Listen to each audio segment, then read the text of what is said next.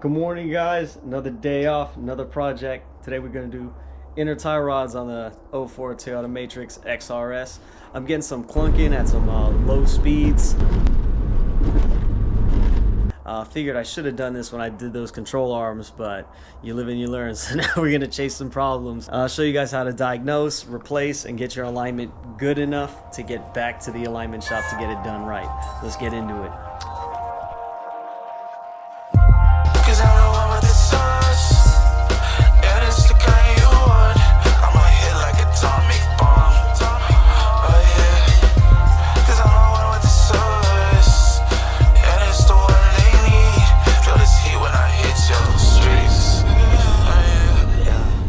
Alright, first we're going to get into this by chalking my rear wheels, jacking my front end up, break loose my lug nuts. I don't want to use power tools on these lug nuts. I don't want to mess up that color.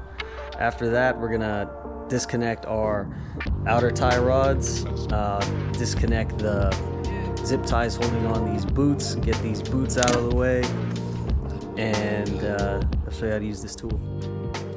Something I wanted to show you was this play right here, that 3 o'clock and 9 o'clock play. You should be looking into your outer tie rods and inner tie rods. Little tip that works for me in making sure that when you get all this stuff put back together, you get real close for your alignment. You want to take a straight edge, anything straight really. Take my paint pen. I want to mark this right here. So when I'm done, I'm going to line up these little paint marks, which would tell me that my wheels are at least straight enough to get to the alignment shop. Next, we're going to work on taking this outer tie rod end off first. Take this cotter pin out. Hopefully it won't mess with me. It'll come out nice and smooth. Right, next, we're going to zap off this casting. Favorite tool to get these off is this guy right here. Get wedged in there. Tighten this down.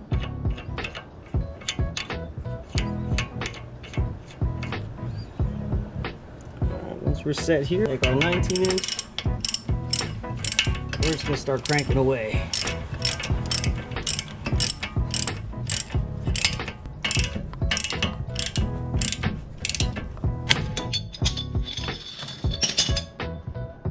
Easy peasy. So we got our tie rod end off. When you're testing this inner tie rod, you want to be checking for play and any crunching noises. This one's not too bad yet, but it's definitely here. Check this out. Hear that?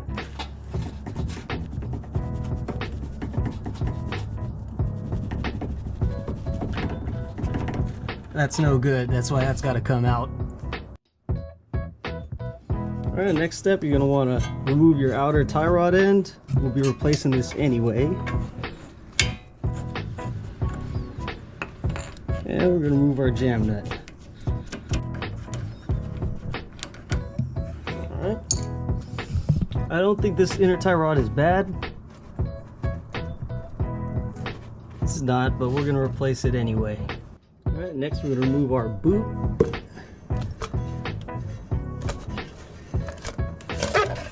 There she is. Now we're ready to take this off.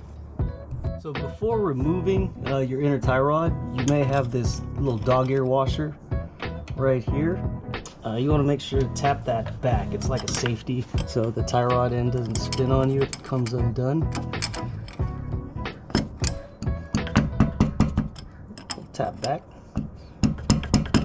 All right.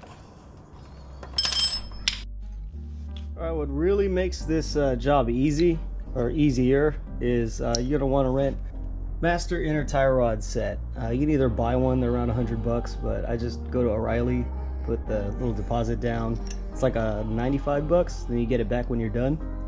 You're going to find the correct crow foot that fits your tie rod end. In this case, 29mm. Alright, once you got your crow foot adapter on, we're going to want to attach this green portion. Make sure you get it in the tabs.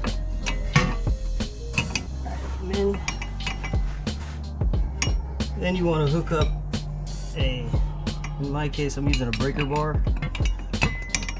We're going to turn to the left. Oh shit, did it come out? I got it.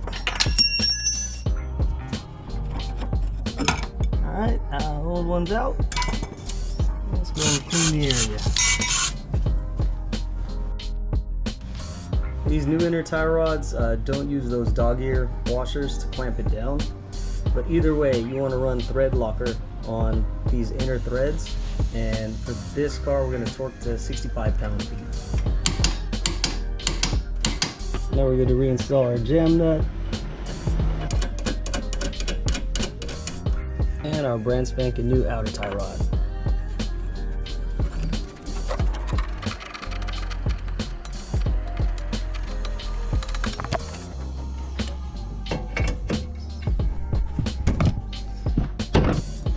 Once you got your castle nut snugged up, you want to torque this to 36 pound-feet. You want to install your new cotter pin.